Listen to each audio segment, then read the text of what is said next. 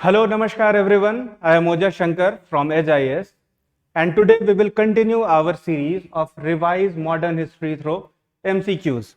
Here we will discuss the questions on how the British expanded their empire in India and the important wars that took place during that time. Okay, so first what we will do, we will discuss few questions and along with it we will discuss the concepts. So first of all we will get overview कि कौन कौन से war important हुए थे। तो पहला first Carnatic war 1746 से 48 में हुआ था। कहाँ पे हुआ था? कर्नाटिक रीजन, साउथ इंडिया में।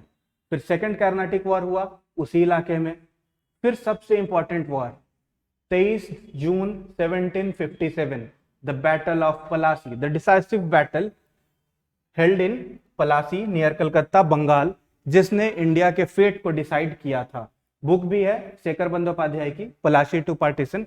आप लोग उसको भी देख सकते हैं, वैसे पढ़ने की जरूरत नहीं है, काफी बल्कि बुक है, बट काफी अच्छी किताब है। After that third Carnatic war in 1757 to 1763, then after battle of Vandivash in Tamil Nadu, then third battle of Panipat. Panipat की लड़ाई, पानीपत कहाँ है? हरियाणा में। यूपीएससी मेंस में क्वेश्चन भी आया था कि why there are 3 wars took place in Panipat only. तो पानीपत की लड़ाइयाँ काफी इंपॉर्टेंट हो जाती हैं, ठीक है। फिर बैटल ऑफ बक्सर 1764। इसके बाद कौन सी ट्रीटी हुई थी? आप लोग कमेंट में बताएंगे, वैसे मैं लास्ट में इसको डिस्कस भी कर दूंगा, ठीक है। फर्स्ट एंग्लो मैसूर वॉर किसके साथ हुआ था? Haidar Ali versus Britishers, first Anglo Mysore war. फिर सेकेंड एंग्लो मैसूर वॉर, फिर बैटल ऑफ पोर्टो नोवो। इनकी क्रोनोलॉजी आपको याद रखनी जरूरी है कि किस तरीके से कब कौन सा वॉर हुआ था, किनके बीच हुआ था, और उसमें ट्रीटीज कौन सी इन्वॉल्व हुई थी, ठीक है। अगर आप लोग कहेंगे तो उसके लिए हम लोग एक अलग से सेपरेट लेक्चर भी लेके आ सकते हैं। Okay, third Anglo Maratha war, फिर फर्स्ट एंग्लो सिख वॉर 1845-1846 में हुआ था। फिर सेकेंड एंग्लो सिख वॉर। ये सारे वॉर्स को हमें अपने दिमाग में रखना है, उसी बेसिस पे हम लोग आगे के क्वेश्चन सॉल्व करेंगे। पहली चीज। दूसरी चीज, क्रोनोलॉजी एग्जाम में बहुत फ्रीक्वेंटली पूछी जाती है, दैट्स वाई हमने एक ओवरव्यू वहां पे देखा है, तो उसको अपने दिमाग में रखना है कि कौन सा वॉर पहले हुआ था, कौन सा वॉर बाद में हुआ था, ताकि जब भी क्वेश्चन आए तो हम लोग एटलीस्ट एलिमिनेट कर पाए चीजों को, अगर डायरेक्ट क्वेश्चन ना भी पूछा जाए तो। Okay, so the first question, consider the following pairs. Policy of masterly inactivity, John Lawrence. Policy of proud reserve, Lytton. Forward policy by Auckland. And ring fence policy by Warren Hastings. Question क्या है? ये नया वाला option है जो 2023 में आया था, 2022 में 7 क्वेश्चंस में था, ठीक है। तो आगे भी ऐसे ऑप्शंस आने की बहुत ज्यादा संभावना है। हमें क्या पता करना है? करेक्टली मैच्ड इन चारों में से कौन कौन है। तो सबसे पहले अपने दिमाग में ये रखना है कि ब्रिटिशर्स जब इंडिया को एनेक्स करने की कोशिश कर रहे थे, अपने एम्पायर को बढ़ाने की कोशिश कर रहे थे, तो उन्होंने अलग अलग टेक्निक्स अपनाई थी, ठीक है, अलग अलग पॉलिसीज अपनाई थी, कभी दोस्ती करके, कभी युद्ध करके, अलग अलग टेक्निक्स थे उनके। अलग अलग वाइसरॉयज ने अलग अलग टेक्निक्स का इस्तेमाल भी किया था। तो कौन से वाइसरॉय की कौन सी टेक्निक थी? अब यार ये याद करना है थोड़ा सा डिफिकल्ट काम, ठीक है, बट अब क्या है कि थोड़ा थोड़ा सा दिमाग लगा के उसी में अपने को तो काम करना है, because we need to solve the questions. तो मैंने कैसे समझा? रिंग फेंस, जब यहाँ फेंस वर्ड आता है ना, तो हम लोग फेंस को जोड़ देंगे फेंसिंग के साथ, फेंस को बना देंगे फेंसिंग, और फेंसिंग से क्या रिलेटेड होगा? हेस्टिंग्स, ठीक है। फॉरवर्ड पॉलिसी जो है वो ऑकलैंड ने करी थी, किसके खिलाफ? अफगानिस्तान के खिलाफ, ठीक है। और ये जो हमारे मॉडरेट लीडर्स थे, मॉडरेट लीडर्स ने इसके खिलाफ बहुत आवाज भी उठाई थी, उनका डिमांड्स में भी था ये, तो ये चीज ध्यान पे रहनी चाहिए। पॉलिसी ऑफ प्राउड रिजर्व क्या लिटन की पॉलिसी थी, और चौथी पॉलिसी है मास्टरली इनएक्टिविटी। तो जी हाँ, ये चारों पॉलिसीज जो हैं वो बिल्कुल करेक्टली मैच्ड हैं। लॉरेंस ने मास्टरली इनएक्टिविटी को लाया था, ठीक है। लिटन जो थे वो प्राउड रिजर्व को लेके आए थे। Forward policy Auckland and Warren Hastings की रिंग फेंस पॉलिसी थी। अब इन पॉलिसीज की डिटेल्स पढ़ना आपको जरूरी है, इन पॉलिसी को आपको ध्यान से पढ़ लेना होगा। कौन से स्टेट इनसे एनेक्स हुए थे ये आपको समझना पड़ेगा, ये स्टेट्स को याद करना पड़ेगा, क्योंकि कई बार पूछ दिया जाता है कि डॉक्ट्रिन ऑफ लैप्सेस से कौन कौन आया था, सब्सिडरी अलायंस में सबसे पहला स्टेट कौन सा था, या तो वन वर्ड स्टेटमेंट में आ जाता है या फिर ऑप्शंस में से आपको सेलेक्ट करना पड़ सकता है। तो आपको ये चीज याद रहनी चाहिए। Okay, second question, consider the following pairs. ये भी पेयर वाला क्वेश्चन है, वॉर और ट्रीटी इन दोनों का है। फर्स्ट कार्नाटिक वॉर, हमने वहां देखा था फर्स्ट कार्नाटिक वॉर हुआ था, फिर बैटल ऑफ वैंडी वॉश और सेकंड एंग्लो मराठा वॉर। अब इनमें से कौन कौन सा करेक्टली मैच्ड है, इसीलिए हमारे लिए ट्रीटीज बहुत इंपॉर्टेंट हो जाती हैं। तो अब यहाँ सिंपली सोचो, एंग्लो मराठा वॉर मतलब इंग्लैंड और मराठा के बीच में वॉर हुआ है, तो पेरिस में ट्रीटी क्यों होगी, इसलिए हम लोग इसको गलत कर देंगे। तो जैसे ही ये गलत करते हैं तो हमारा ये ऑप्शन तो चला गया, तो हमारे पास अब यही दो चीजें बचती हैं। अब अगर इसको कभी एग्जामिनर गलत करने की कोशिश करेगा तो वो क्या करेगा, कंफ्यूजन में क्रॉस कर देगा, ऊपर वाले को नीचे, नीचे वाले को ऊपर। ऐसा जनरली देखा जाता है, जरूरी नहीं है कि ऐसा हो, बट ऐसा देखने को मिलता है। तो अगर हमें नहीं पता है कि क्या है, तो इस कंडीशन में हम लोग ऑप्शन नंबर ए के साथ जा सकते हैं। ऐसा कोई हार्ड एंड फास्ट रूल नहीं है, बट एक देखी हुई चीज है कि तीन तरह, अगर ये तीन ऑप्शंस होते हैं तो यहाँ पे अगर एक गलत है, मतलब हमें अगर एक भी गलत पता है तो ये मोस्टली एक्सचेंज ऊपर नीचे कर दिया जाता है। हम लोग अब आंसर को देखते हैं अगर, तो यहाँ भी आंसर में वही किया गया था। ठीक है, फर्स्ट कार्नाटिक वॉर जो था वो 1740 से 1748 में हुआ था, और किसके किसके बीच में हुआ था, इंग्लिश एंड फ्रेंच के बीच में हुआ था। ठीक है, क्योंकि फ्रेंच भी अपना रूल एस्टैब्लिश करना चाह रहे थे और इंग्लिश भी करना चाह रहे थे, और उसी में थर्ड कार्नाटिक वॉर हुआ। थर्ड कार्नाटिक वॉर में आई थी ट्रीटी ऑफ पेरिस। फिर सेकंड एंग्लो मराठा वॉर, और सेकंड एंग्लो मराठा वॉर की ट्रीटी कौन सी है, ट्रीटी ऑफ बैसीन। ओके, ये हो गया। अब हमारा third question, which of the following statements about the battle of Buxar are correct. मैंने बताया था ना बैटल ऑफ बक्सर काफी इंपॉर्टेंट है, कब का है, 1764, बहुत इंपॉर्टेंट बैटल है। किसके किसके बीच हुआ था, इंग्लिश के साथ कौन जाके मिल गया था, अवध, मुगल, और थर्ड पर्सन का नाम आप लोग कमेंट में बताएंगे। ठीक है, the battle of Buxar took place in year 1764। अभी तुरंत मैंने बताया, सही। It was decisive battle fought between British east India company and the Marathas. अब मैंने दो नाम अभी बताए थे, अवध एंड मुगल। थर्ड, क्या वो मराठा थे, क्या मराठा उस समय वॉर अफोर्ड कर सकते थे नॉर्थ इंडिया में आके, क्योंकि अब देखो मैप पे ध्यान दो, मराठा यहाँ पे है, ठीक है, बक्सर यहाँ बिहार में पड़ता है, क्या ये लोग यहाँ से आके इतनी दूर इस वक्त वॉर अफोर्ड कर सकते थे, नहीं, ये स्टेटमेंट हो जाएगा आपका wrong. Third, British were led by major general Hector Munro, and fourth, the outcome of battle significantly contributed to British control over India. Fourth statement तो बिल्कुल करेक्ट है। तो हमारे पास क्या क्या आ गया, फोर्थ करेक्ट है हमारा, फर्स्ट करेक्ट है, तो 1 और 4 एक साथ कहाँ करेक्ट आपको नजर आ रहा है, सिर्फ यहां, and the option is C. Okay, fourth question, battle of Plassey, one of the most important battles in the history of India. क्यों इंपॉर्टेंट है भाई, क्योंकि यहीं पे इंडिया का भविष्य उस वक्त डिसाइड हुआ था। ठीक है, battle of Plassey took place in year 1757। It was significant battle during the period of British colonial expansion. इस टाइप के स्टेटमेंट जब भी आपको नजर आए ना कि सिग्निफिकेंट वॉर या इस तरीके की चीजें, तो ये एक जनरलिस्टिक स्टेटमेंट है, और इस टाइप के स्टेटमेंट्स मोस्टली करेक्ट होते हैं, तो इसको हम लोग करेक्ट मानेंगे।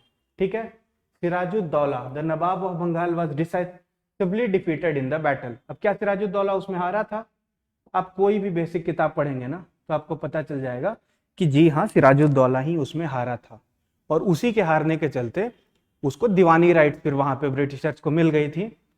ठीक है, तो आप लोग एक बार battle of Plassey, battle of Buxar, Carnatic wars, Anglo Mysore wars, Anglo Afghan war, Anglo Sikh war, Anglo Maratha wars, सबको अच्छे से पढ़ लेंगे, उनकी ट्रीटीज को पढ़ लेंगे। Okay, next question number 5, consider the following statements regarding first Anglo Mysore war. अब first Anglo Mysore war, Anglo Mysore, जैसे ही मैसूर वर्ड नाम आता है दिमाग में तो क्या क्या आना चाहिए हमारे पास दिमाग में? हमारे Haidar Ali, first Anglo Mysore war में कौन था? हैदर अली। उसके बाद कौन? टीपू सुल्तान। और टीपू सुल्तान के डेथ के बाद वुडेयार डायनेस्टी को वापस सौंप दिया गया था और मैसूर सब्सिडरी अलायंस के तहत ब्रिटिशर्स के एक तरीके से अंडर में आ चुका था। तो first Anglo Mysore was began in late 18th century. Tipu Sultan was the ruler of Mysore, led the Mysorean forces in first Anglo Mysore war. इस तरीके का जो ऑप्शन है ना, ये वाला, इस ऑप्शन की एक खूबसूरती पता है क्या है? यहाँ पे अगर हमने स्टेटमेंट 1 या स्टेटमेंट 2 में से एक भी स्टेटमेंट को गलत मान लिया, किसी तरीके से अपने नॉलेज के हिसाब से उसको गलत आइडेंटिफाई कर लिया, तो हम लोग तुरंत ऑप्शन पे पहुंच जाएंगे। जैसे अगर हमें ये पता चल जाए कि स्टेटमेंट 1 अगर इनकरेक्ट है, अगर स्टेटमेंट 1 इनकरेक्ट है तो इस स्टेटमेंट को पढ़िए, स्टेटमेंट 1 एंड 2 आर करेक्ट। तो अगर ये इनकरेक्ट है तो यही सिर्फ एक हमें दिख रहा है, स्टेटमेंट 1 एंड 2 आर करेक्ट, ये भी नहीं होगा, ये भी नहीं होगा, स्टेटमेंट 1 इज करेक्ट, तो ये तीनों करेक्ट की बात कर रहे हैं, तो हमारा सीधा ये हो जाएगा। और अगर हमने पता कर लिया कि स्टेटमेंट 2 इनकरेक्ट है तो सेम यहाँ दोनों जगह पे स्टेटमेंट 2 के करेक्ट होने की बात हो रही है। कहाँ स्टेटमेंट 2 के रॉन्ग होने की बात हो रही है? यहाँ पे। तो हम लोग सीधे ऑप्शन सी पे चले जाएंगे। तो इस क्वेश्चन में क्या है सीन? इस क्वेश्चन का सीन है कि क्या टीपू सुल्तान ने फर्स्ट एंग्लो मैसूर वॉर में लीड किया था मैसूरियन फोर्सेस को? नहीं किया था। किसने किया था? हैदर अली ने किया था। तो हमें पता चल गया कि स्टेटमेंट 2 रॉन्ग है। जैसे स्टेटमेंट 2 रॉन्ग है, हमारे पास कौन सा ऑप्शन बचता है? Option number C. Okay, option number C is the correct option. 6th question, consider the following statement regarding Raja Ranjit Singh. Raja Ranjit Singh कौन थे? He was one of the greatest warrior of India and he was from Punjab region. ये कौन से clan से belong करते थे? ये आप लोग कमेंट में बताइएगा कि ये कौन से मिसल से बिलोंग करते थे राजा रंजीत सिंह। अब इनके बारे में देखते हैं क्या है question. Raja Ranjit Singh was the founder and leader of Sikh empire in 19th century. He successfully united various Sikh misl. ये किस मिसल से थे ये आप लोगों को कमेंट्स में बताना है। And reasons into a single powerful empire in northern India. अब यहाँ पे हम लोग पहले अपनी वो टेक्निक लगा के देखेंगे कि क्या इन दोनों में से कोई स्टेटमेंट रॉन्ग है। अगर रॉन्ग है तब तो हम लोग सीधे ऑप्शन पे जाएंगे।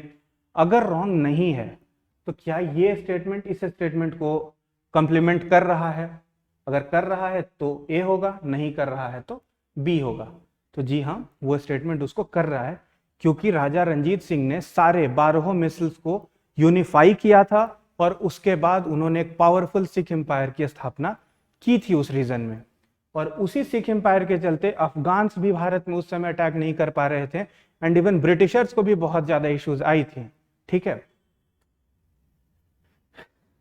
Now next question, question number 7, consider the following statement regarding Anglo Burmese war. अब एंग्लो बर्मीज वॉर, बर्मा कहाँ है? Modern day Myanmar was known as Burma. अब अगर इंडिया का मैप हम लोग देखें तो इस रीजन में पड़ता है बर्मा आपका। ठीक है, जो आज के डेट में म्यांमार के नाम से जाना जाता है। म्यांमार में अभी क्या है? मिलिट्री हुंटा का राज है। ठीक है, second Anglo Burmese war took place in 1852-1853. British East India Company under the leadership of General Campbell was involved in First Anglo-Burmese War. अब यहाँ दो स्टेटमेंट्स हैं, ध्यान से। Second Anglo Burmese war, first Anglo Burmese war, दोनों अलग अलग Burmese war के बारे में है। तो क्या ये दोनों स्टेटमेंट सही हैं? क्या ये दोनों स्टेटमेंट सही होंगी? तो क्या 1 और 1 का एक्सप्लेनेशन 2 हो सकता है? अगर दोनों अलग अलग वॉर के बारे में है तो ये तो नहीं ही होगा। बट दोनों स्टेटमेंट इंडिविजुअली करेक्ट हैं। देखिए यहाँ पे समझिए, स्टेटमेंट फर्स्ट भी करेक्ट है क्योंकि इसी डेट पे वॉर हुई थी, और स्टेटमेंट 2 भी सही है कि कैम्बेल ने फर्स्ट एंग्लो बर्मीज वॉर किया था। बट ये इसका सही एक्सप्लेनेशन नहीं है। क्यों? क्योंकि ये सेकेंड एंग्लो बर्मीज वॉर की बात हो रही है, यहाँ फर्स्ट एंग्लो बर्मीज वॉर की बात हो रही है. That's why we will go with option number B which is our correct answer. Okay, so next question. Consider the following statement regarding Tipu Sultan. अब आ गए हमारे टीपू सुल्तान, काफी इंपॉर्टेंट कैरेक्टर हैं इंडियन हिस्ट्री में. टीपू सुल्तान established a Jacobean club in his kingdom during late 18th century, inspired by revolutionary idea of French Revolution. ठीक है, टीपू सुल्तान जो थे उनके फ्रेंच के साथ काफी अच्छे रिश्ते थे. आप स्पेक्ट्रम की बुक पढ़िए, एनसीईआरटी पढ़िए, हर जगह पे ये चीजें लिखी हुई हैं. उन्होंने ट्री ऑफ लिबर्टी भी प्लांट किया था, उन्होंने जैकोबियन क्लब भी लगाया था, उन्होंने अपने आप को सिटीजन टीपू भी कहा था. ठीक है, इसलिए ये दोनों स्टेटमेंट्स करेक्ट है. टीपू सुल्तान को एक बार आपको रिवाइज करना चाहिए because he is one of the prominent character in history. Okay, and the correct option is option number C. Now question number 9. Lord Dalhousie order to deport Wajid Ali Shah on account of alleged internal misrule. Second, this was in line with Dalhousy's doctrine of lapses, in which the British would take a kingdom if there was misrule. अब doctrine of lapses सबसे पहले क्या था? Doctrine of lapses किसने लाया था? डलहौजी ने लाया था. क्यों लाया था? कि अगर कोई भी किंगडम का ruler if he dies without any heir, मतलब उसके अगर कोई बच्चे नहीं होते हैं, कोई बेटा नहीं है, तो उसके किंगडम को ब्रिटिश अपने में एनेक्स कर लेगा. तो क्या वाजिद अली शाह के साथ ये हुआ था? और ये स्टेटमेंट पढ़िए, doctrine of lapses in which the British would take a kingdom if there was misrule also. क्या वहां पे मिसरूल की बात थी? जी नहीं, बिल्कुल भी बात वहां पे मिसरूल की बात नहीं थी डॉक्ट्रिन ऑफ लैप्सेस में. बट अवध को मिसरूल के बेसिस पे ही एनेक्स किया गया था. That's why option number A is correct. Doctrine of lapses का मेन मोटो क्या था? कि जब हायर नहीं है तो उसको ब्रिटिशर्स ले लेंगे. बट अवध के साथ क्या स्पेशल केस हुआ था कि उन्होंने मिसरूल के बेसिस पे लिया था. ये एक एक्सेप्शन है. ठीक है, तो ये चीज हम लोगों को ध्यान में रखनी है. ओके, इस तरीके से हमने यहाँ पे कुछ क्वेश्चंस डिस्कस करे हैं. अब नेक्स्ट टॉपिक जो हमारा होगा वो peasant, tribals, civil and military uprisings होगा. ये काफी इंपॉर्टेंट लेसन है, इससे आजकल क्वेश्चंस पूछ भी सकता है बिकॉज अपराइजिंग्स पे पिछले कुछ सालों में क्वेश्चंस आए हैं. हम लोग प्रीवियस ईयर क्वेश्चंस भी देखेंगे. बट इस लेक्चर से हमें वॉर्स, उनकी क्रोनोलॉजी और ट्रीटीज, इन चीजों को अपने दिमाग में रखना होगा. सारे इनको आप रिवीजन कर लेंगे. ठीक है, and for this lecture subscribe our channel and stay tuned with us. Thank you. Have a nice day.